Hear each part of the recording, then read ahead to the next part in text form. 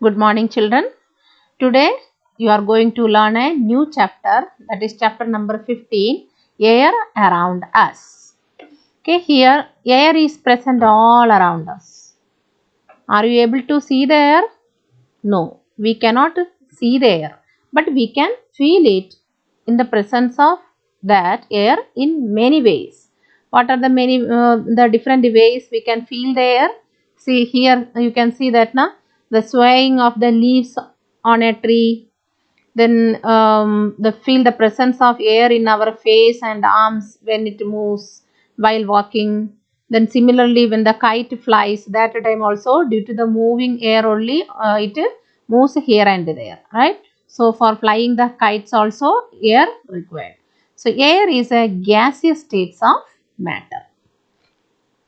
Now the properties of air. What are the properties? It is transparent. That means we are not able to see it, allow the light to pass through, right? And colorless. Then it occupies space. It means it takes space. Then it has mass. That means it has weight. Then it supports burning. Okay. So mostly the oxygen gas help for burning. Now I will explain these properties with an experiment. Okay. So first experiment, that is air occupies space. Okay. For this what you have to do, take a bucket of water. Okay. Then one glass tumbler. Then what you have to do, insert this glass tumbler in the bucket inverted. Inverted means upside down. Okay. Then but do not tilt it. Okay. Then just see the water. Does the water go inside? No. Okay. The water could not enter because of the presence of the air inside the tumbler. Then if you are when you are you can do it also at your home when you are going for taking the bath, right? That time you just fill water, and with the mug also you can do this. Inverted the mug directly, then you give the pressure. That time you may feel that something is pushing from inside also, from the water also getting a force upwarded.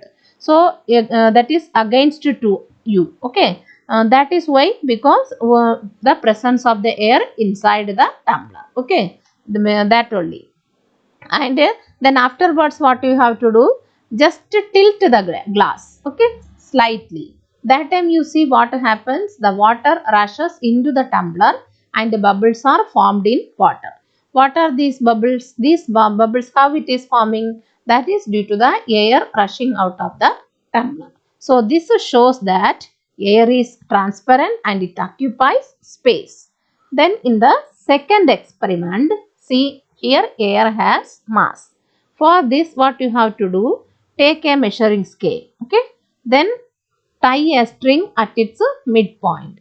Then take two balloons at equal distance from the midpoint. Then you have to keep it. So that what happens? The scale is balanced. Now fill air in one balloon and place at its original place. Now see what happens. The scale tilt towards the side of the inflated balloon. Because why it is? Because the inflated balloon means you filled already air inside it, right? So because of that, air inside the balloon only shows to tilt the scale towards it. Okay. And it makes this heavier also.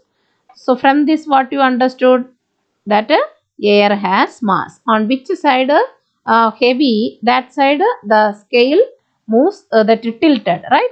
So from this experiment it is proved that air has mass. Okay children. Now the next topic I will explain in the next class, that is about the atmosphere. Okay children, thank you. Have a nice day.